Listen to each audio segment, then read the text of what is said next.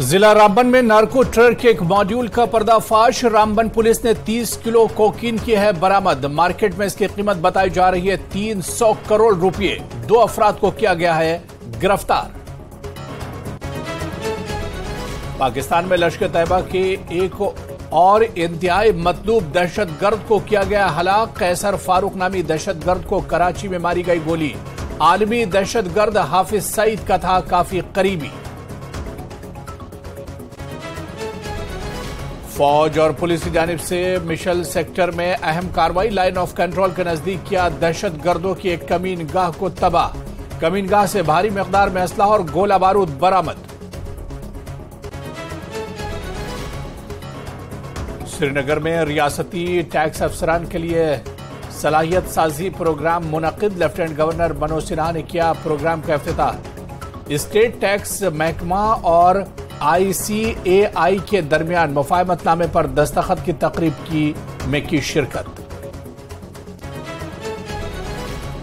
Democratic progressive आजाद party का आज यौम तासीस। पार्टी का 1 साल हुआ मुकम्मल। पार्टी के सदर गुलाम नबी आजाद ने किया खिताब। श्रीनगर में स्वच्छता ही सेवा मुहिम के तहत मेगा सफाई मुहिम शुरू। लेफ्टिनेंट गवर्नर मनोज सिन्हा ने किया मुहिम का आगाज। डल झील की सफाई अभियान में लिया हिस्सा। स्वच्छता ही सेवा प्रोग्राम के तहत पूरी यूटी में खुसूसी तकरीबात का एहतमाम। सरकारी मुलाजमीन, स्टूडेंट्स और दीगर लोगों की शिरकत। आसपास की सफाई को यकीनी बनाने पर दिया जा रहा है जोर।